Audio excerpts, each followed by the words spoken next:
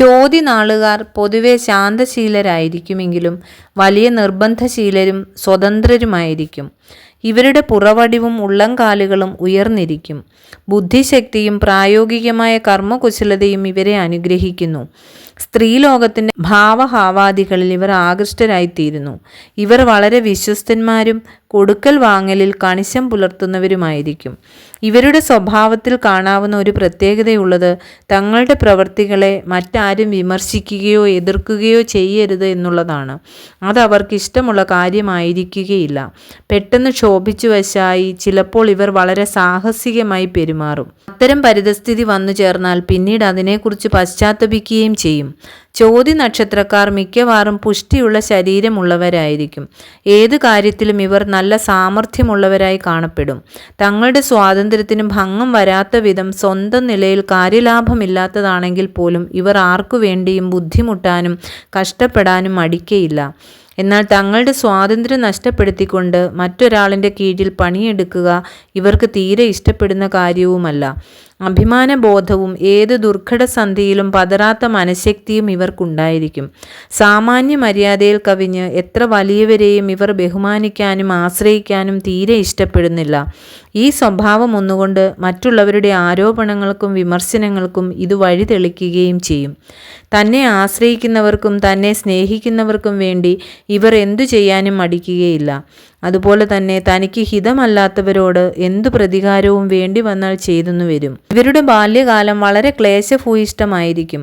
സ്വന്തക്കാരെ കൊണ്ടോ ബന്ധുക്കളെ കൊണ്ടോ ഇവർക്ക് പറയത്തക്ക പ്രയോജനങ്ങൾ ഒന്നും ലഭിക്കുന്നില്ല. ചോതി നക്ഷത്രക്കാർ മിക്കവാറും സ്വന്തം പരിശ്രമങ്ങളെ കൊണ്ട് ഉയർന്നവരായിരിക്കും. ഈ നാളുകാർ മിക്കവാറും നല്ല ആരോഗ്യമുള്ളവരും ആകർഷണീയമായ ശരീരത്തോടു കൂടിയവരുമായിരിക്കും. അർസസ്, ഉദരസംബന്ധമായ രോഗം, ഹൃദ്രോഗം ഇവയെല്ലാമാണ് ഇവർ സൂക്ഷിക്കേണ്ട രോഗങ്ങൾ. ചില്ലറ അസ്വാസ്ഥ്യങ്ങൾ എന്തെങ്കിലും ഉണ്ടായാൽ ഇവർ അതിനെ കാര്യമായി പരിഗണിക്കാറില്ല. സുദൃഢമായ മനഃശക്തിയും വൈരാഗ്യ ബുദ്ധിയുമാണ് ഇവരെ വിജയിപ്പിക്കുന്നത്. പലതരത്തിലുള്ള അപവാദങ്ങൾക്കും ആരോപണങ്ങൾക്കും ഈ നക്ഷത്രക്കാർ പലപ്പോഴും വിധേയമാകാറുണ്ട്. ദാമ്പത്യ ജീവിതത്തിൽ ഇവർ അത്ര തന്നെ വിജയിക്കാറില്ല. ബാഹ്യദൃഷ്ടിക്കാർക്ക് വിവാഹം രമ്യമെന്ന് തോന്നിയേക്കാമെങ്കിലും യഥാർത്ഥത്തിൽ അത് ഹൃദ്യമോ സമാധാനപരമോ ആയിരിക്കുകയില്ലെന്നുള്ളതാണ് വാസ്തവം. അഭിവൃദ്ധിക്കും പുരോഗതിക്കും വേണ്ടി പരിശ്രമിക്കാനുള്ള കഴിവിനെ ഉൾക്കടമാവണ്ണം അടിക്കടി ഉണ്ടായിക്കൊണ്ടിരിക്കുന്ന മനോദുഃഖം കരണ്ടുകൊണ്ടിരിക്കും. സ്വന്തക്കാർക്ക് വേണ്ടി പരിശ്രമിക്കുക, കഴിയും വിധം അവർക്ക് നന്മ ചെയ്യാൻ വേണ്ടതൊക്കെ ചെയ്യുക എന്നത് ഇവരുടെ ജീവിതത്തിലെ ആദ്യ പരിപാടിയായിരിക്കുമെങ്കിലും ഒടുവിൽ ഇതെല്ലാം കാറ്റിൽ പറന്ന പഞ്ഞി പോലെ ക്ഷണനേരത്തിൽ അപ്രത്യക്ഷമാകുകയാണ് സാധാരണ കണ്ടുവരാറുള്ളത്.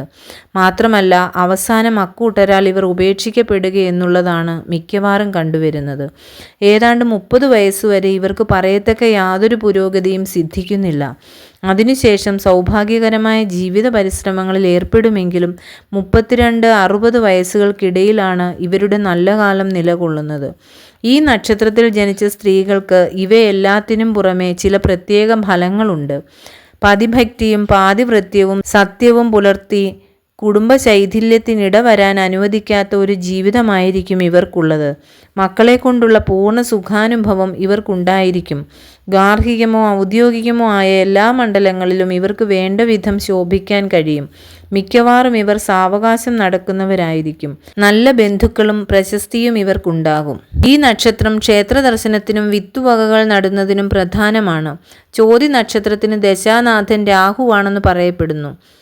9 വർഷം. തുടർന്ന് വ്യാഴം 16, ശനി 19, ബുധൻ 17, കേതു 7, ശുക്രൻ 20, സൂര്യൻ 6. ഈ ക്രമത്തിൽ 90-ൽ പരം വയസ്സുകൊണ്ട് ആദിത്യൻ വരെയുള്ള ദശാകാലങ്ങളിൽ പര്യവസാനിക്കുന്നു.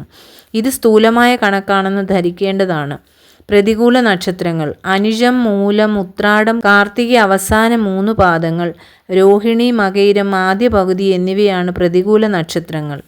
ചോതി നക്ഷത്രക്കാരന് 1-ാമത്തെ വയസ്സിലും 3-ലും ശ്വാസവികാരത്താലും 4-ൽ വസൂരി തുടങ്ങിയ ഉഷ്ണരോഗത്താലും 7-ൽ നാൽക്കാലി മൃഗത്താലും 12-ൽ വിഷത്താലും 15-ൽ ഉദരരോഗത്താലും 25-ൽ സ്ത്രീകളാലും 26-ൽ കൈവിഷത്താലും 35-ൽ രാജകോപത്താലും 40-ൽ മൃഗത്താലും 47-ൽ ഉള്ളങ്കാൽ വാദത്താലും 54-ൽ നീരാലും 64 വയറുവേദനയാലും അരിഷ്ടതകൾ ഉണ്ടാകും.